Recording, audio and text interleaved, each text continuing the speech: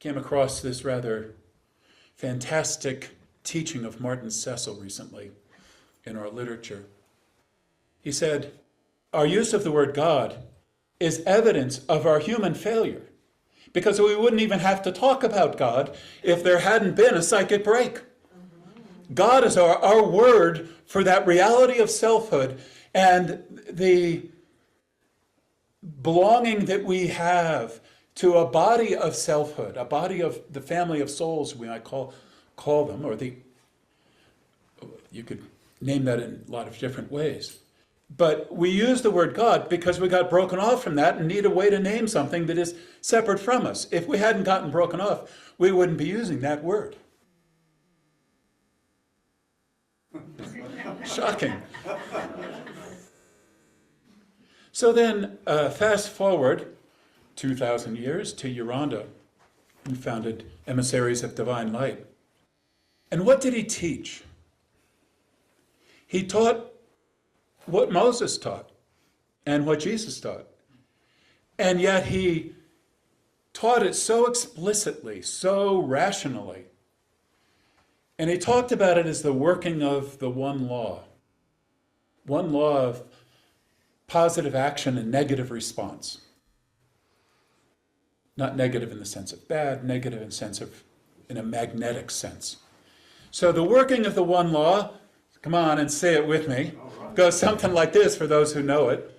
It goes radiation, response, attraction, union, unified radiation. And that's oneness, right? That's the healing of the psychic break. You become attracted to something that seems other than you, and in responding to it, you're attracted to it and you join with it. You have union with it and you become it. You become it, or know yourself as that. What a brilliant formula. So in light of all this, do you think we ought to be criticizing or mocking people who are worshiping a God that they see as separate from themselves? I say no. No, that's a beautiful step along the way, and in a very real way, a step we never outgrow. Do we ever outgrow allowing our human capacity to love the truth of itself? And to the degree that it goes wandering off the path, do we ever go beyond having that human capacity come back to center and back to a place of love and response and reception for the divine so that it can know itself as that? I don't think we ever outgrow that. Maybe we outgrow some kind of repetitive pattern of what? Sinning and being forgiven and worshiping something from afar off and then sinning again and, just going through some routine that is not actually the working of the one law. It's not actually progressing anyplace. I guess we could say, yeah, there are repetitive patterns that involve dogma and tradition in religion. So I'm not here to be a proponent of those things. But still, the process by which any human being is coming to know and love something that, at least at first, seems separate from themselves, I just say, good on you. Love it. See where it takes you. Keep loving it all the way. Don't stop. Don't stop.